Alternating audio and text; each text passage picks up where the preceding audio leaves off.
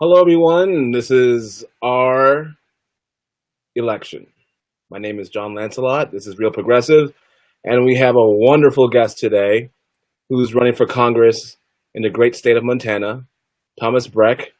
Uh, I really like Thomas Breck's approach to politics. He's a Green Party candidate.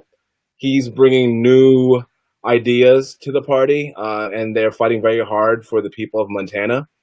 And I really appreciate his energy behind his his convictions. And so we're going to be speaking with him today. I'm glad to have everyone here. And I just want to say one thing, that we really have to strive to bring the progressive movement together. There is no way around it. The Democratic Party has basically collapsed. The Republican Party is basically altering our government and failing at making policies that will benefit the American people. And now we are trying to recover from a series of disasters that we've had in the past 20 years economically, with our foreign policy, with domestic terrorism. All of these factors affect us. It doesn't matter whether you're local, state, federal, if you are into foreign policy, everything affects everything else. And so this is why we're bringing on Thomas Breck, because we feel that his ideas are pretty on point, and he's really a great person. So I'm going to bring him to the stage here. How you doing, Thomas? I'm doing well. How's everybody doing? Hopefully Great, well. great. I want you to tell everyone who you are and what you're about, what you're running for, the state that you're in, what you're trying to accomplish, and just basically introduce yourself. So my name is Thomas Breck. I'm running for the United States Congress seat in Montana. I want to bring people back to the political process. I want to bring true representation back to our government and fight to give the people back their country, because it's being taken over right now by corporate fascists who intend to do our country and us as a people harm. I didn't start this journey, or rather I did start this journey as a result of the harms they caused. And, up until '08, I was a carpenter and a construction worker, son of a carpenter. And, I bought into every American dream lie I'd been fed my whole life. And when I needed my government, they didn't help me. They helped the banks. So I went to school. I attend the University of Montana. I'm a senior this semester, actually my last semester. And, we really need to bring the power of the people into unity to protect our planet.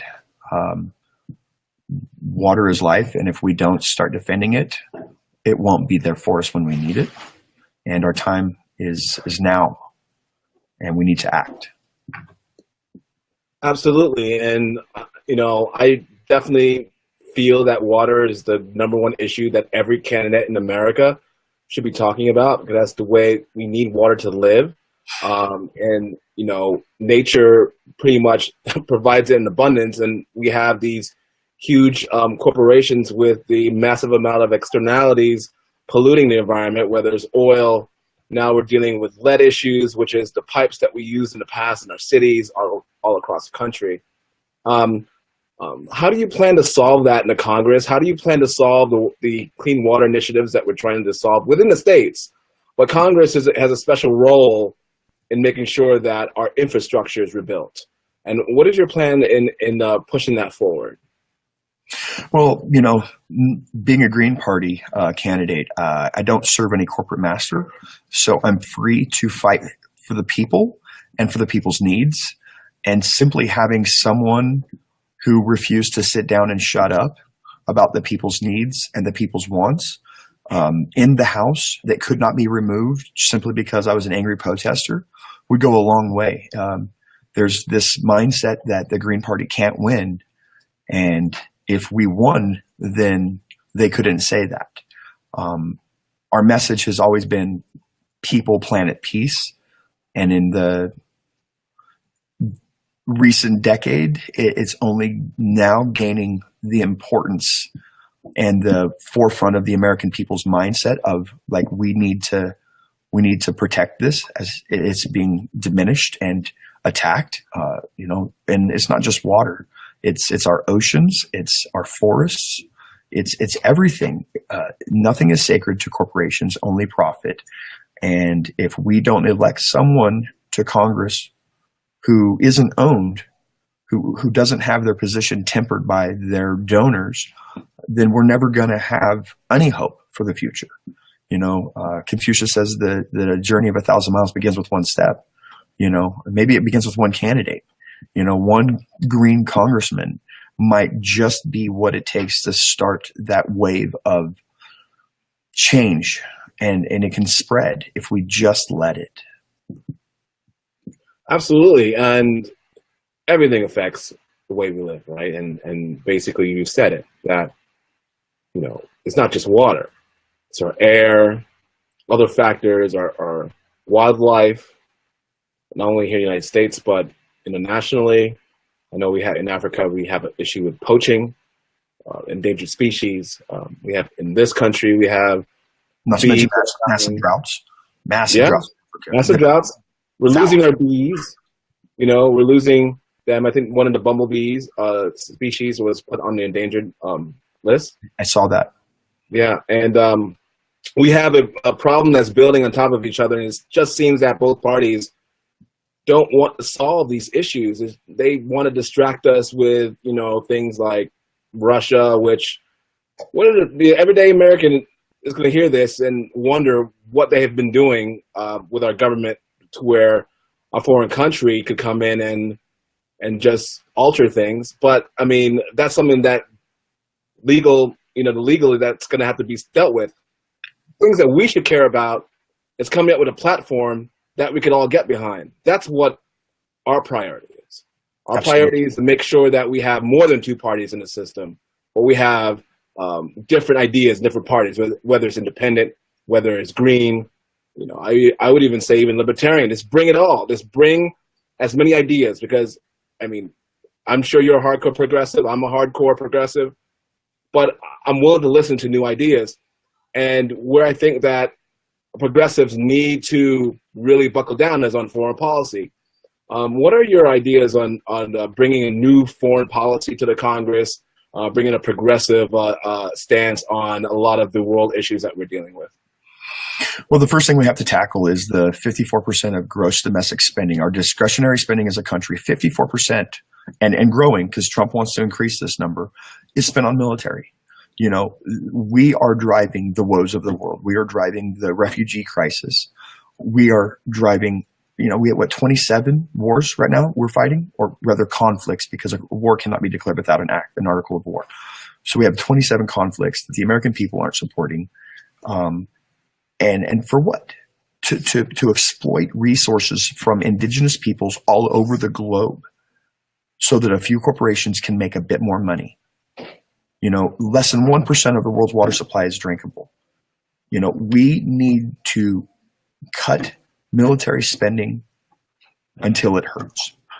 And then in a little while longer, we need to do more cuts, because we have made the bed we live in by these terrible neoliberal policies and corporate agendas across the globe. And until we stop doing the actions that have gotten us here, we can't hope to do something different, right? So that, when you find yourself in a hole, the first thing to do is to stop digging.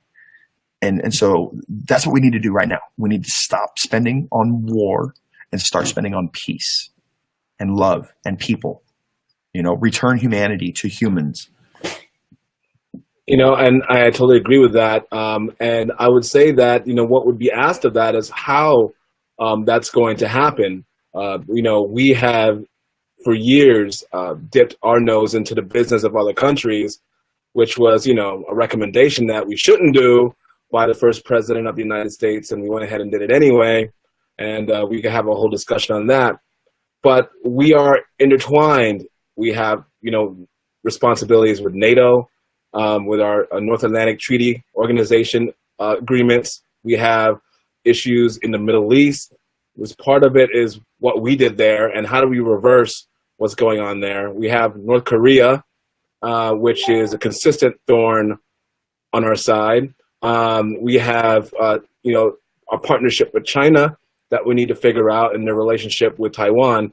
So what's the, your plan on being able to reverse a lot of because I agree that maybe we need to cut military spending in order to get out of certain things, but also strategically, how do we get out of the conflicts that we have been involved with?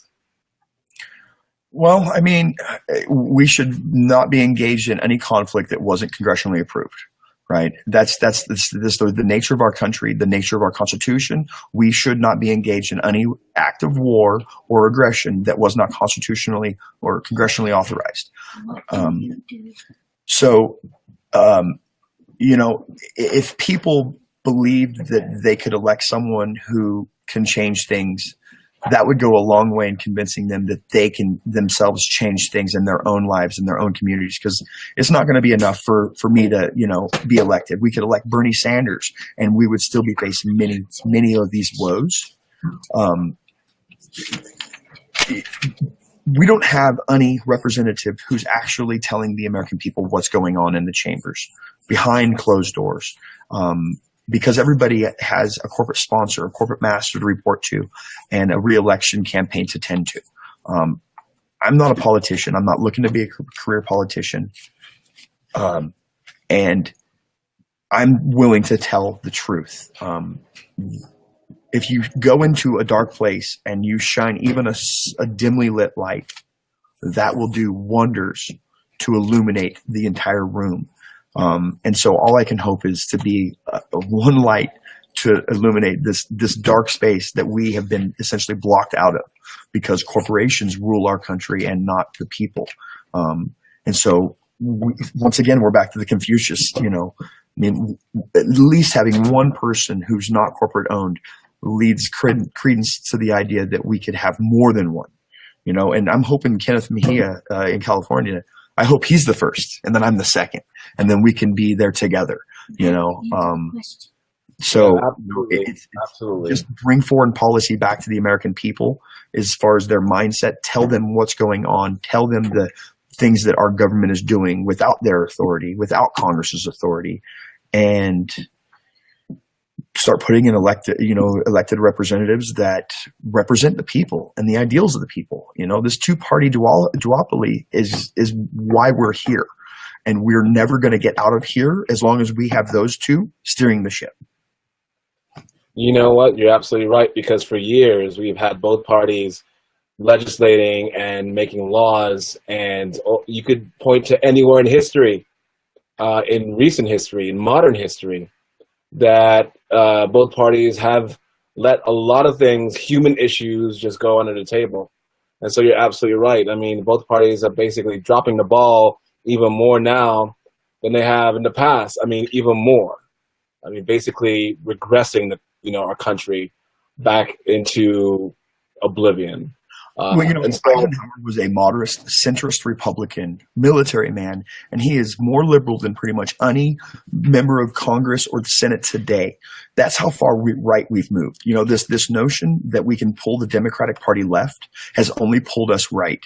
I mean, so far right that Ronald Reagan, a Republican god, couldn't be nominated in today's Republican primary process, and the party has moved so far right that they would reject him.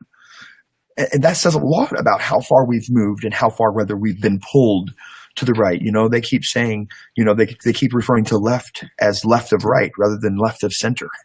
And so they've been able to push us and pull us and drag us along. And now here we are wondering, how the hell did we get here? Absolutely. And, you said something very interesting. Ken Mejia definitely, I met him at the People Summit in Chicago last year, and it's very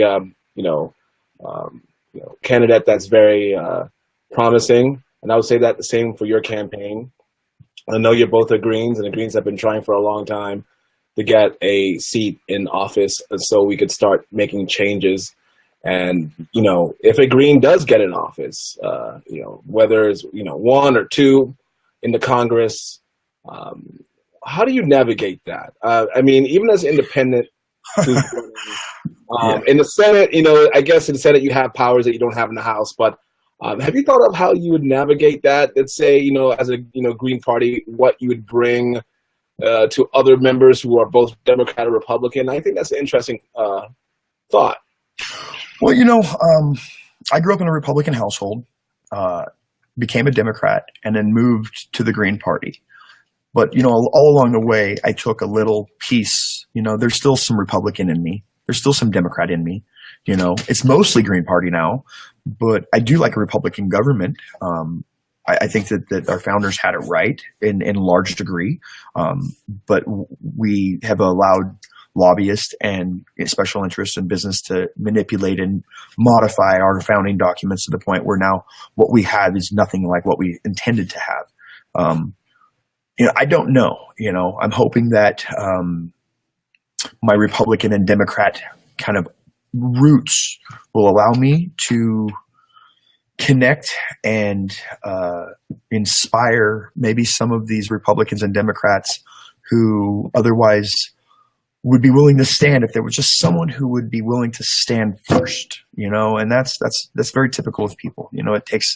It takes a truly exceptional individual to be that loud outlier, to face the crowd in opposition. And I'd love to be that guy, because I don't think that that it's completely, that there's no good in our representatives. They're all people. They're all humans. They all have families and dreams and aspirations. And, if we just return some humanity to the process instead of just cold calculated profits, maybe that would be a step in the right direction and a step that others would be willing to follow along with. They did. There's a lot of confusion about what's right and what's wrong. And in that confusion, I think the people get forgotten. And that's where we're at right now. Like, the people have been forgotten, and we just need someone to go in there and be like, no, it's not all about profit. There's a planet and people that matter too. Do you think that Congress should move towards revisiting or removing the War Powers Act of 1972 from the powers of the presidency? If you say, yes, I want to remove it, how would you get that done? I mean, I think I would like to, I don't like special powers. I don't like, granting of special powers to our leaders, because it leads to corruption and decay of the position. You might be able to even argue that those war powers are why we have the expanding executive powers we have right now. That maybe it was this premise that we could expand them in specific times and it would be okay. But once you expand powers, there's no contracting them again. And that's where we're at. It's not a coincidence that we have only been not at war for less than 20 years in the history of our country. It's because from the inception of our country, there was always special powers paid to our government in times of war. And so if we just, I think we, just the war, once again, we're back to the military industrial complex. 54% of all discretionary spending in our country goes to war, and none goes to peace. And then we wonder why we're so hurt. Because we haven't spent anything on doctors. We've spent it all on soldiers. I don't know how I would get that done. Maybe a constitutional amendment. If you had someone who introduced a bill, if you had someone rallying the people that we should be limiting the powers of the executive because of this, and this, whatever reasons you wanted to give, there's plenty to use for examples. Perhaps that would be the way. I'm not sure. What would be the best way forward? Well, it's okay not to be sure, because, I think people who are elected now are not sure. They're just allowing it to go on. And I think people in Congress are basically confused on what their responsibilities are. I mean, they have the power to basically infuse more currency into the system so we could build more businesses and improve our infrastructure. They refuse to do it. But they'll spend trillions of dollars on defense, trillions of dollars to get to Mars, which is cool on paper. It's cool to think about, having a human on Mars, waddling around in a spacesuit for whatever reason. That's great. But what's the point of that if we can't even fix our water systems in this country, where children are in their schools have issues with lead? They're getting poisoned. I mean, what's the point? What's the point of defending? What are you defending? What on earth could you be defending if the people at home are being poisoned by water, food, whatever, because the government doesn't want to do its job, basically? I mean, I just get very incensed when people are just like, well, how are you going to pay for that program?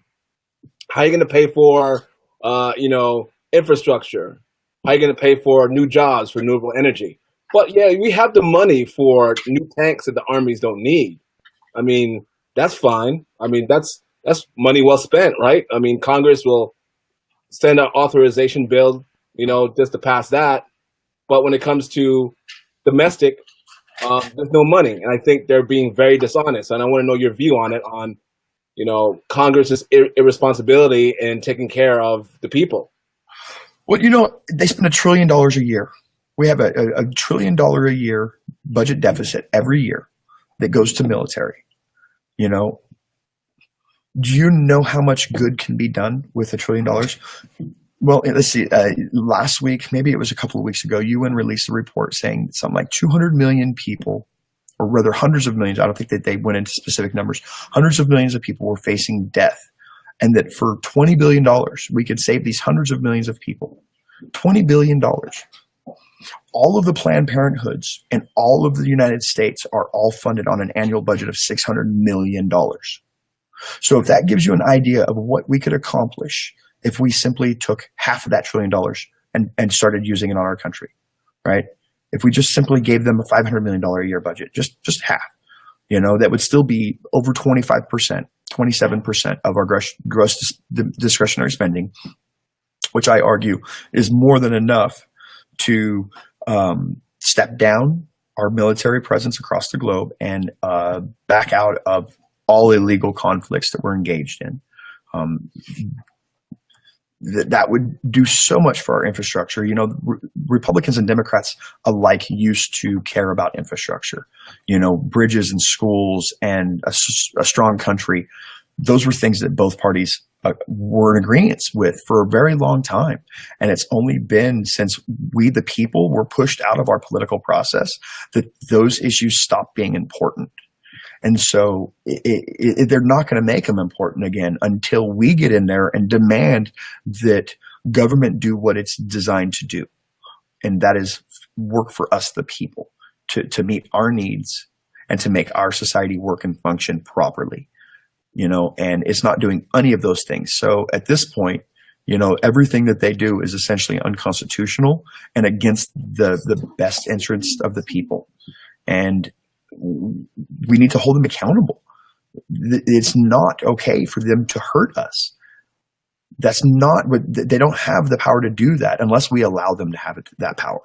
And so what we have to do is stand together in unity and say, we will not allow you to hurt us anymore. It's disgusting that in elementary schools across the country, they're drinking lead water.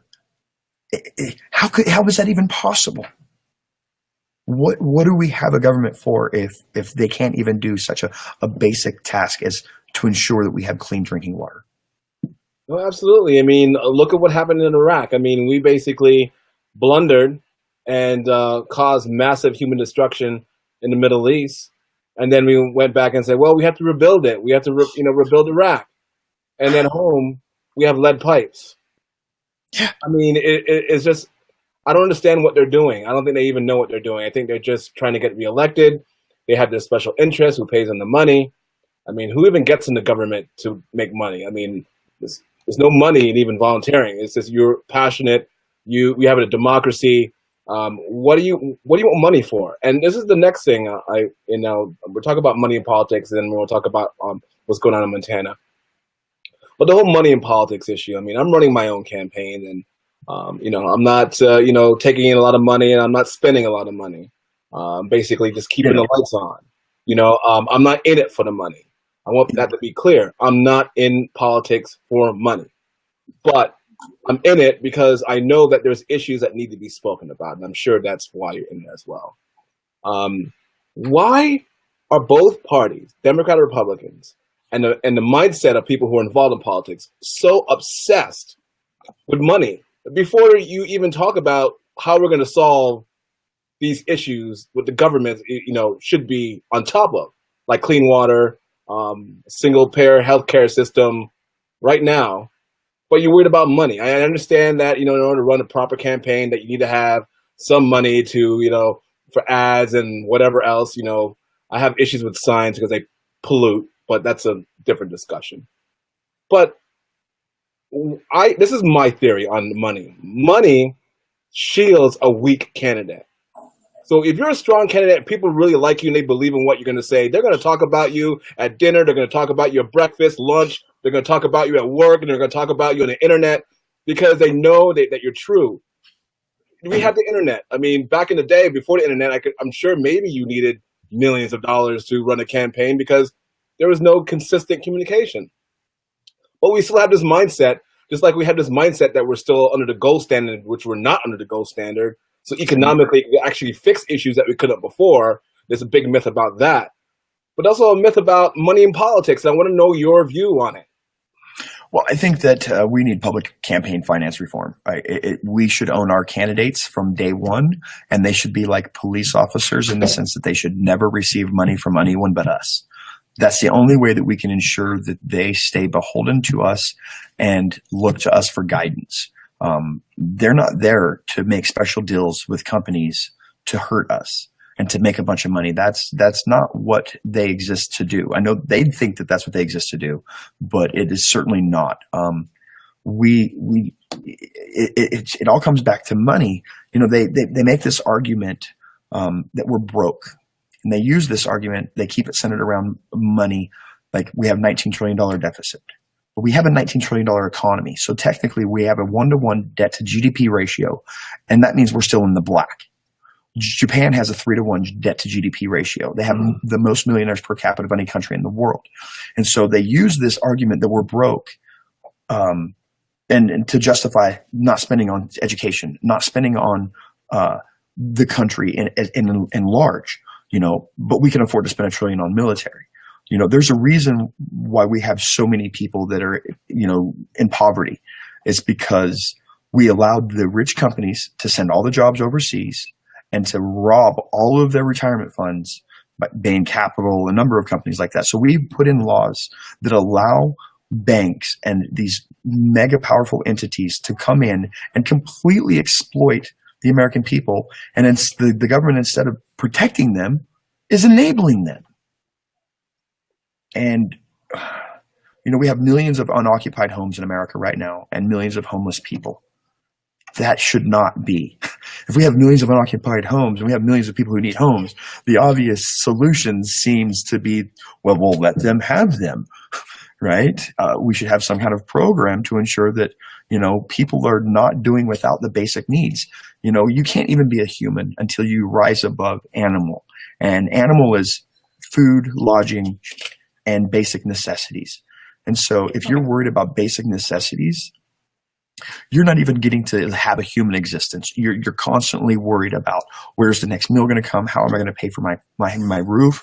What about rent? Let alone if you're sick and you need medicine, we force people to choose between food and medicine all the time in this country. And now they're wanting to cut into Social Security.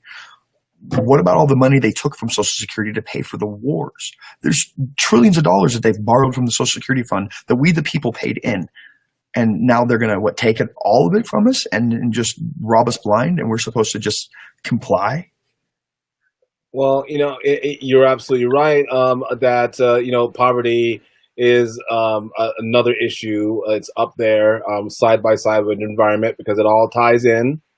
The government wants us to believe that we need to pay even more taxes to pay for these programs when, the Congress could just put the money out there for these programs, and then they turn around and say, oh, we're broke, which I don't buy. I think sovereignty tells us that if you're in Congress and all the members of Congress, or most of them, because all never agree, to push a program, robust program, as big as let's say the space program, to have a robust Medicare system for all.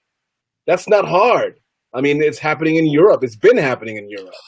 I heard somebody talk about healthcare on the radio today. I was driving around, and they had a very, very elaborate history on healthcare, how it started, being corporate run in the early 20th century, and basically the decisions that were made then. We're dealing with the consequences of them now. Our doctors cannot even take care of us because they're beholden to the insurance company. And they're very good at explaining the whole concise argument on healthcare. But then she ended saying that, well, we'll never have it.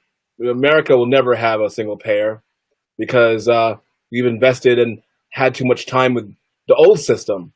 And I just think that sort of thing, like, look, if you're going to go ahead and speak about how draconian our healthcare system is, where people are dying of things they should not be dying of, people can't insure their families.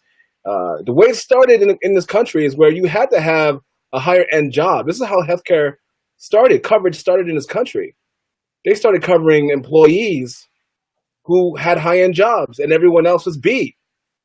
And it expanded more over time, but we still have Americans who are getting caught within the system. Even with the ACA, you have Americans that are making too much for Medicaid and cannot get on the ACA plan.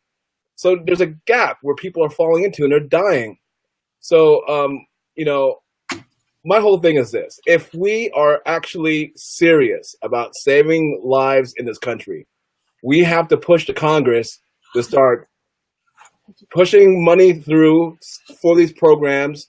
People will get jobs from it. We'll solve poverty, because also poverty is also a health issue. We want people to have housing, have equal opportunity, college and education, tuition free, so we can get our economy going and be leaders. And so on your level of, where you're trying to do is going to Congress, those are the issues you're going to be facing. You're going to be facing life or death. Even on the state level and even local level, we're facing life and death. But I really want to know what's going on in your great state of Montana and the issues that you're facing there with the people of Montana. Well, we have the Keystone XL is being forced through our Fort Peck Indian Reservation on the eastern part of the state, and North Dakota is right next door. So Standing Rock, which really motivated me to the action that I'm taking now. We're next. We have a lot of resources, and we have been exploited time and time again in the past. We modified our constitution to exclude corporate money from politics because of the copper barons.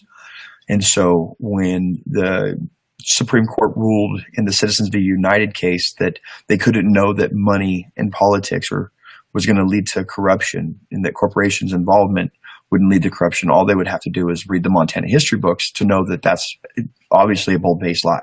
So, we're facing the same problem everyone's facing right now, and that is exploitation by the corporations and the endangering of human life and human safety for sake of profit. And, it seems astounding to me that we would ever put something as vital as clean water in jeopardy for a pipeline. But they seem dead set on doing it at every opportunity.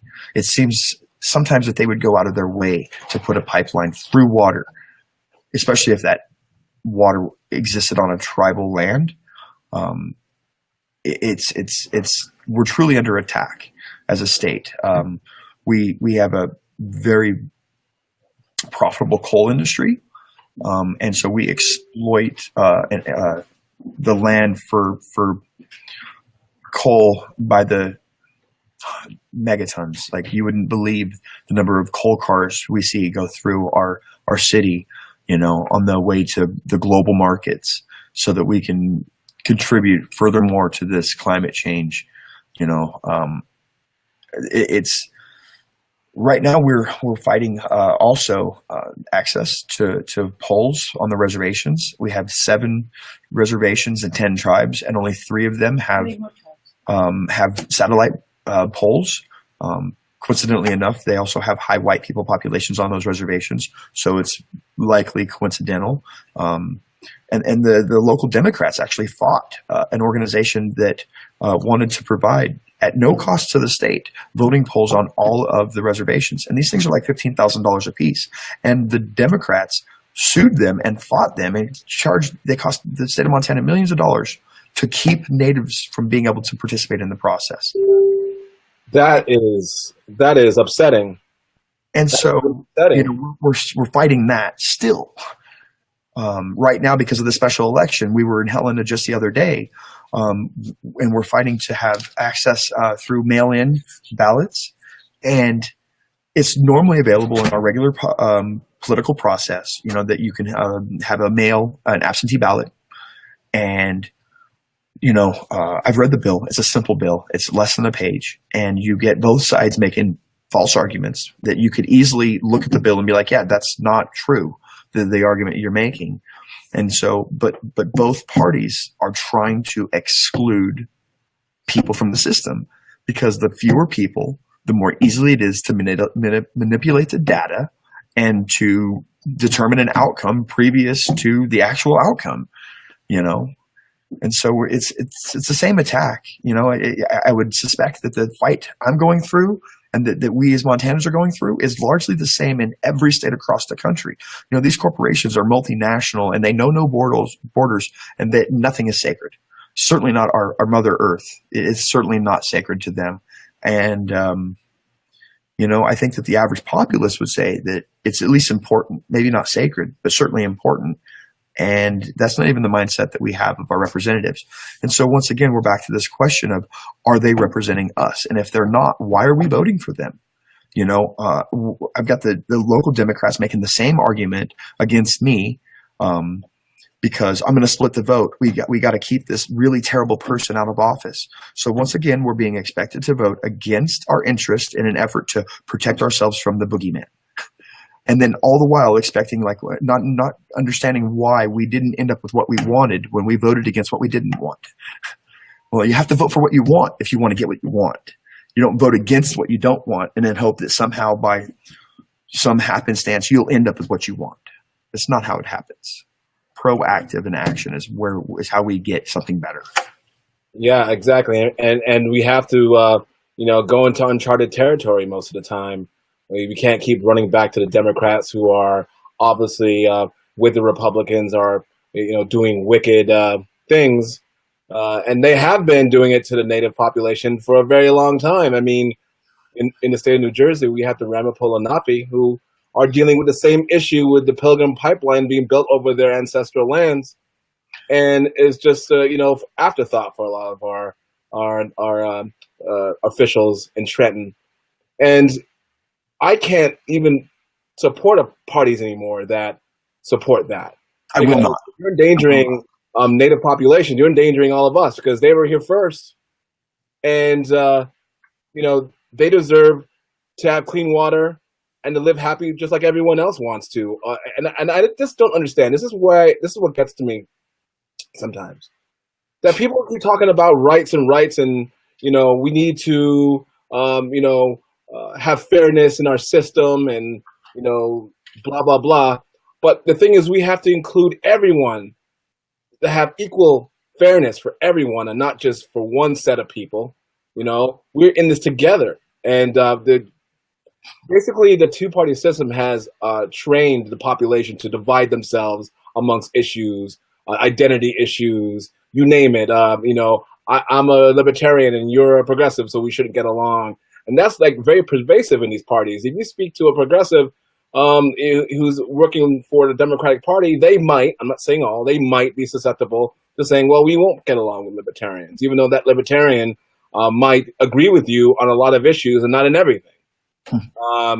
And I think that the lack of openness and the divisiveness amongst progressives that I see sometimes, I'm just being real, because I've seen this for a very long time, the splintering it's not going to fly. And we're dealing with a lot of danger here. So, do you see a lot of this going on in Montana? Because we really, the Democratic, from what you told me, it's egregious why they would even not want more people to vote. I mean, we need more people voting. People say this all the time. Why, in your estimation, the Democratic Party decided that they wanted to go against the voting rights of these people? I don't know. I can't wrap my mind around why these people do some of the things that they do. It seems astounding, and to shoot yourself in the foot the night before the big race. I don't understand. But I don't understand why the Democratic National Party alienated all of the new blood and the Bernie supporters and even the Democrats who'd been longtime Democrats. When they saw the process, they alienated a good portion of tried true Democrats and all of the new momentum that they had so that they could put up a corporate, candidate. And if someone like Bernie Sanders can't move the party, then no one can, because he would have been the one. And so we really just have to recognize that those two parties do not have our best interest at heart and mind, and stop investing in them and start investing in something that we do like. Libertarians and Green Party and maybe other parties that don't even exist yet, that will step up and fill niches that don't exist yet or haven't been recognized as existing. More people being involved in the process is always going to make the process better. And I think that's what they're afraid of. They're afraid of us getting involved. They don't want us to be an active, involved citizenry. They want us to be a complacent consumer of whatever it is they're selling us, just smart enough to do what they want, but, not smart enough to question their actions or their motives. And that is where we're at. That's how we got here, is by putting all of our trust in them and never holding them accountable when they get it wrong. I really like what you said, that if Bernie couldn't do it, right, he went very far. We were all behind it. We wanted it to happen. The Democratic Party was about to make a valid evolution. Not only were they bringing independent progressives, they were bringing in independents who are just sort of sway back and forth. They were bringing in independents who are conservative and libertarian. On Bernie, they're going for Bernie. And the Democratic establishment basically said, nah, we don't want that. We don't want any of that. So we're going to cut it off. We're going to do everything we're going to do. We're not going to open our closed primaries. We're going to do everything we can to get the establishment candidate in. And look at the result. They even had a chance to make a coalition government during the Democratic convention between Bernie and Hillary Clinton. Not taking the example of, Kennedy and Johnson, who did not like each other, but they had to take each other on to win and beat Richard Nixon in the 1960 election, right? That's information that people need to hear about, but they didn't take that. And what we ended up with is basically Trump in the White House. And so for us as progressives, we have to be serious about what we're doing. I know you're very serious and I'm very serious about it. I'm not running back to the Democratic Party. I don't care what they say. We need to basically build this ourselves. And it's a good thing we have the Green Party out there. I would hope in the future that the Green Party would take on, widen their scope and be able to accept more of the electorate. And with Utah being in it and basically building it from scratch in Montana, there is a chance of that. But we really need to understand that there's no running back to the Democratic Party. You're going to get the same result. It's true. So, yeah, no, it's time for something new. And this notion that third party and independent candidates can't win is only true because we make it so. It's a self-perceived reality. And so if we want something new, if we want something better, the first step you have to take is be willing to mentally accept that something better can be. Because if you can't move past that it can't be, then it can't be. Confucius says, the man who thinks he can and the man who thinks he can't are both usually right. And that's a very true statement, and so we have to believe that we can do something better. before we can actually even consider how to do it. And I think that's the biggest obstacle we're facing right now, is that most of the average people, they just don't believe that we can do these really tremendous things, and that we can change things and we can make it whatever we want. 50, 80 years ago, the average American believed that we could do tremendous things. We could send a man to the moon. We could build the Hoover, the Grand Coulee Dam, amazing things. And now we have more capacity to do those things than ever, and we don't think we can do it. And so what happened to our imagination and our gumption and our belief in our own ability to make us be whatever we want? No, you're absolutely right.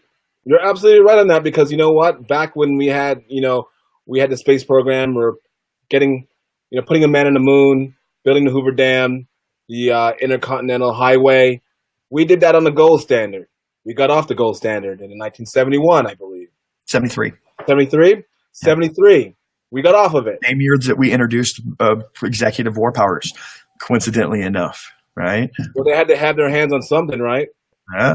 But now, because they wanted the war spending. So basically, war powers, the military-industrial complex, I'm aware that they need to make money. All corporations need to make money. Basically, there's just one documentary, maybe you saw, it was called Corporation. And basically, it did a psychological evaluation of a corporation. And basically, they had the same psychological profile as a psychopath. I mean, it's true. Documented. You can go and look it up.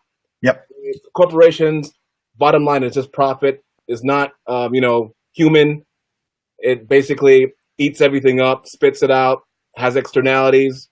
It's a bad situation if they're running the government, because you're definitely not going to get care. Your corporations are running your health care.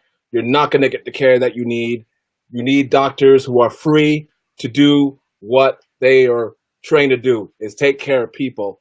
And when you're strapped by politics and you're strapped by insurance companies, guess what? You're not going to be able to take care of the people. You're going to be forever held to the standard of an insurance company that just wants to make money. I mean, it just piles on each other. If you really think about it, it's a bad situation. How do we get the American people to realize that they need to get up, they need to pay attention, they need to help independent third-party candidates, because the two-party system is basically broken? Engage in conversations, turn off the TV and read and learn. It's not like it was 10 or 15 years ago. The internet is a powerful tool, and you can learn a lot. Be willing to have your ideas challenged, and fully understand that this society programmed you to think some things that aren't true, and that you should expect that there's going to be those things that you learn that are going to hit you right here, because it's going to be completely the opposite of what you thought, what you were told, what you were programmed into believing. And so the awakening process is traumatic. And, I don't encourage anybody to wake up too fast, because, we've been lied to across the board. There's lots of lies out there to weed through. Just inform yourself, involve yourself, talk to your friends, talk to your neighbors, and don't talk about sports and fashion and what the Kardashians are doing, because that's all superficial bullshit that's going to lead you distracted and confused about like what's really going on. So the time is to wake up and to observe. Come out of your house and see what's going on in your communities. Connect with people. Because love isn't going to happen when you're closed off in your house typing away at your computer. You're not going to feel that goodness of community until you get out and you involve yourself in your community. And, it's a lot easier to connect with someone and a lot more difficult to other someone if you know their name and where their kids go to, school, and, a little bit about them.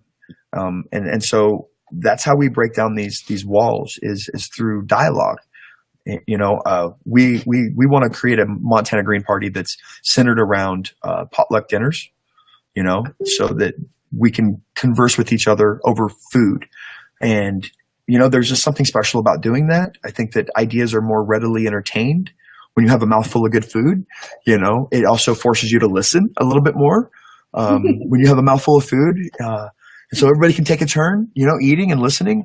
And maybe that's where we start. It's good to recognize where we want to go and, recognize some ways that we can get there. But right now we need to start, and it's going to be something small.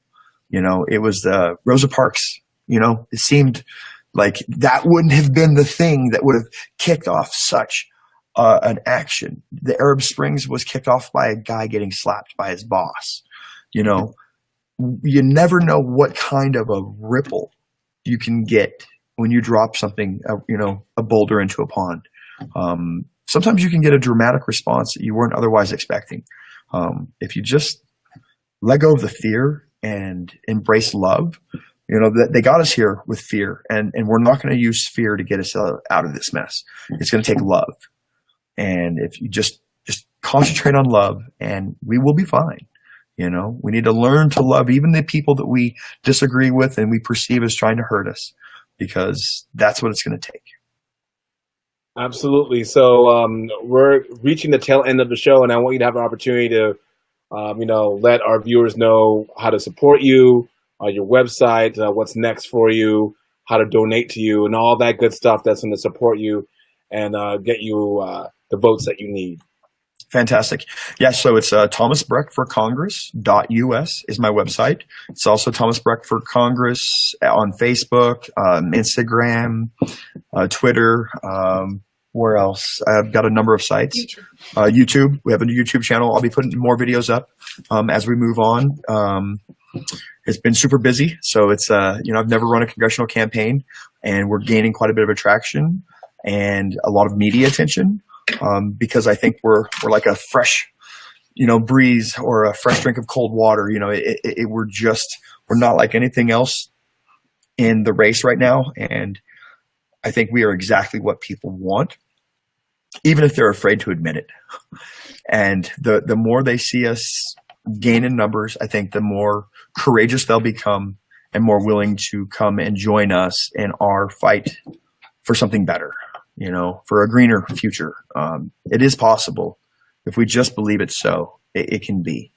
And I urge everybody to engage their process locally, speak with their family and their friends, educate themselves, and be willing to have some of your core beliefs changed. Because if you go into your awakening with the expectation that you will stay the same, then you won't awake. You'll stay asleep. And so that should be a vital part of the process is willing to let go of some of these failed belief systems that we've been taught to think and allow something new and better in. Well, that is music to my ears. I wish you the best. You could always contact me. Oh, I will. And I'll try to have. When is your election, by the way? May 25th. Okay. And so, we are just really trying to get everybody to just share our word. We are true grassroots. We are operating on pennies. I mean, seriously, our whole campaign has happened for less than $300. So this argument that you have to have a bunch of money get the money out of politics. Exactly. If you have a weak candidate, you need lots of money. If you have a good candidate, all you need is people power. So right now we're just trying to get our word out. Absolutely. And I think you're an impressive human being, and your campaign is, and you're surrounded by great people. And if I definitely want to come out to Montana and visit, like I told you on our phone call. So we're going to be supporting a lot of people, and you're one of them. So all the candidates that we're interviewing, we're going to try to stay together. We're going to try to keep up with one another. Fantastic. And we'll make it happen. So I'm Thomas Breck on Thomas Breck on Facebook, ThomasBreck. Come find me. I'd love to have another friend, progressive friends. I always need more of them. So anybody watching, please come friend me. You can also find me at Thomas Breck for Congress on Facebook. Thank you. Friend them now. That's right. Thank you. Thomas. You have a good night. Yeah, you have a good night. All right. So That was Thomas Breck, a great candidate, and we're going to have more coming in the next weeks. We have next week. We have a great candidate. I'm going to leave it as a surprise for now. And I just want to talk a little bit about moving forward economically with MMT and explaining it before I go, because it's very crucial that we all basically understand how to explain it to voters. When you're an activist, you're out there, you're explaining it to people who want to find out how to move forward. Neoliberalism has failed. Both parties have failed. You're not going to bring any new economic plans or methods to the Democratic Party. They're stuck in their ways. We have to put pressure from the outside. You have to remember, you have to ask yourself this question. When did the Democratic Party become a progressive party? When? When exactly? Because once you understand that, then you'll understand maybe they never were. Because you have to remember, in the 1960s, Martin Luther King Jr. put the pressure from the outside to get that civil rights bill, voting rights bill in. There was no, Democrats didn't do it by themselves. They didn't say one day, oh, we're going to legislate this because we believe that everyone deserves an opportunity. No, the people came up and did it. And now we have to do the same thing again, but within our electoral system. Because there's a lot of Americans out there who are being suppressed. They're not able to vote for various reasons. They're being suppressed state by state. Voting Rights Act is weakened. So we have to get up and reach people and let them know that we have a new way. The progressive cause has evolved. We're going to be moving forward with new plans, realistic plans that the American people could get behind. We're going to make sure that progressive policies appeal to independents and libertarians and whoever else wants to come on board, where everyone is welcomed, all colors, all religions, all sorts of Americans, all sorts of immigrants. Doesn't matter whether you're undocumented. We'll try to get them to amnesty so they can be documented. We could do these great things, but only if we're able to speak to Congress and say, look, if you don't start spending money on the American people, we're going to vote you out, period. And we're going to do it ourselves. And that's basically what we need to do. So I just wanted to leave you with that. Everyone have a great night. Thank you for your support. And we will be back next Monday at 9. Have a good night.